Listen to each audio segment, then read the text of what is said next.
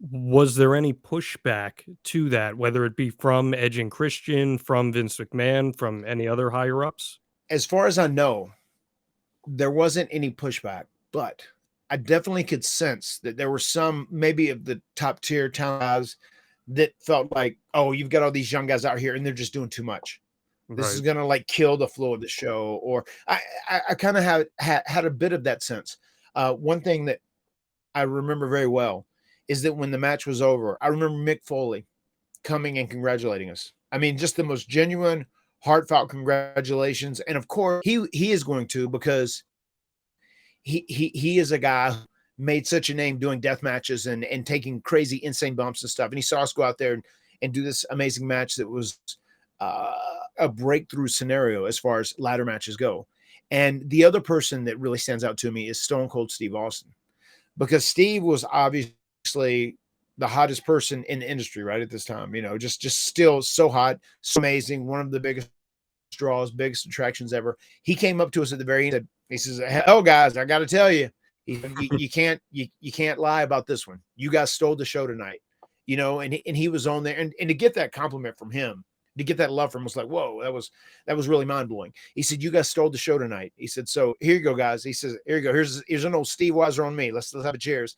And he gave us cheers. And in our actuality, it was following our No Mercy ladder match, and we cheered with Edge, Christian, Steve, and had a beer there after the That match, is insane.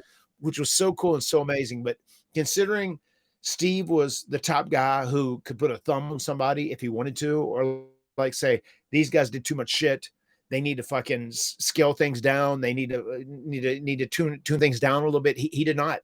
He was cool. He was complimentary, and he's like, hell yeah, full speed forward.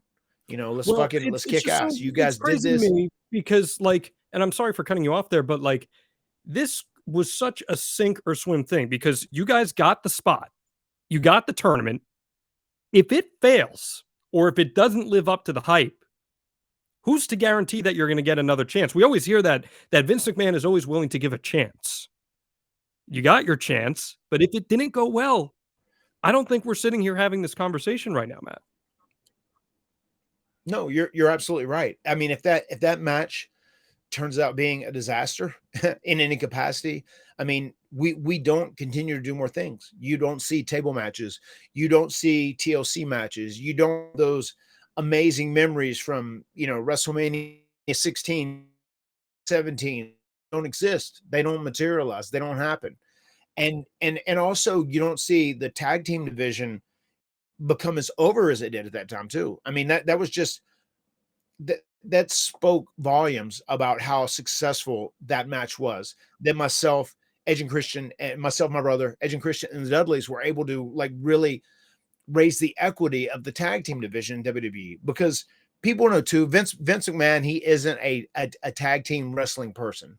I mean, the way he looks at things, I need single stars who can be my world champion. That's what people are invested in. You know, if he ever gets a tag team that becomes extremely in a crazy way over like mad, he's just looking to break those guys up and turn them into single stars. That's just kind of his mindset.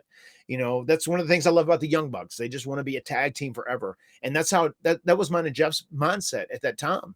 And even looking back at that match, you know, with Edge and Christian, there were a couple different ideas, and we'll talk about this later about the finish, but they may have separated that night, and they didn't. And I think all of us wanted to take tag team wrestling, which we all love.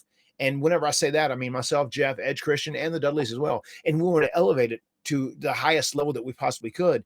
And I will always be grateful to Vince McMahon for trusting 4 kids to go out there and have this No Mercy ladder match.